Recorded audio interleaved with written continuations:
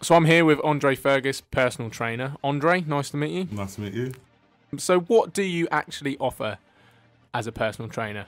As a personal trainer, initially I started off with the basics, weight loss and such.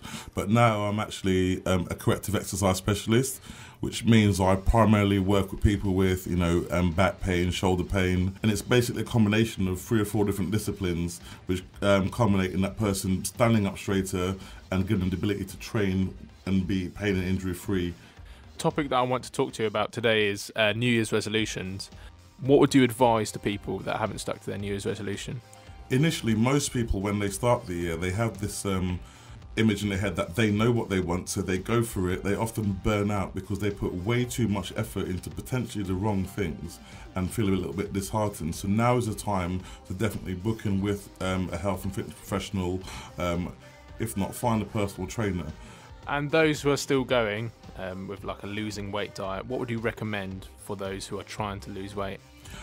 Those that are trying to lose weight, the one thing people take into consideration is that nutrition is probably 80% of your battle.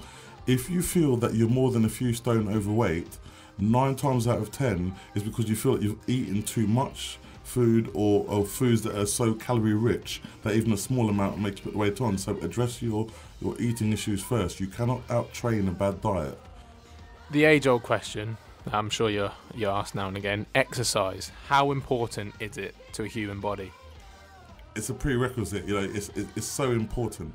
Go back, say, 100 years, we were a lot more active, there was a lot more walking involved, very few people had the access to public transport that they did, or let alone the means to pay for such transport, so you would have to walk. Walking 10 miles wouldn't really seem excessive, but if you say to the average person, right, we're going to walk 10 miles today, they would look at you with incredulous eyes.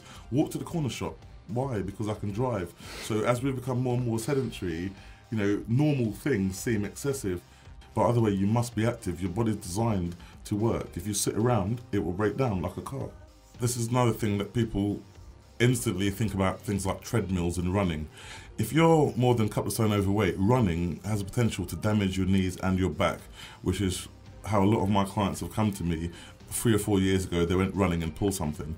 So a good walk is a good place to start. Just to get your stamina and fitness up, I would recommend half an hour a day initially, and that's only a case of 15 minutes to the corner shop and back. Then you'd try and do what you call an hour of power, so maybe in either 2 half-an-hour slots or an hour's walk a day, half an hour there and back.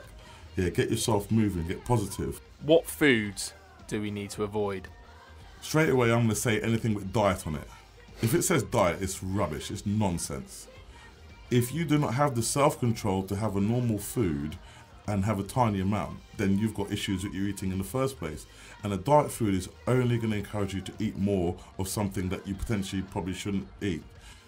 Also, fruit, unfortunately, a lot of people think fruit is a really good thing, but a lot of fruits are quite high in sugars and their content. So an overconsumption of fruit can lead to rapid weight gain in a lot of people because they take the 5 fruit and veg a day to quite an extreme.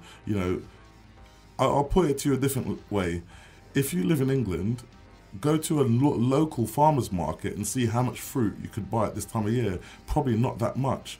But, if you go to a supermarket, you're buying things from, Brazil and India and everywhere else. So bear that in mind. Eat according to what you might be able to find locally as well, which again will force you to be a little bit more observant and watch your portion sizes.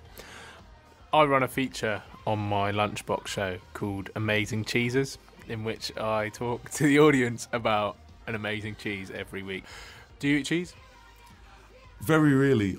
Personally, when I do eat certain things like cheese and bread, I find it swells me up. But, if it's a weekend and I'm not going out, I'm indoors, yeah, I might have a little bit, yeah. What's your favourite?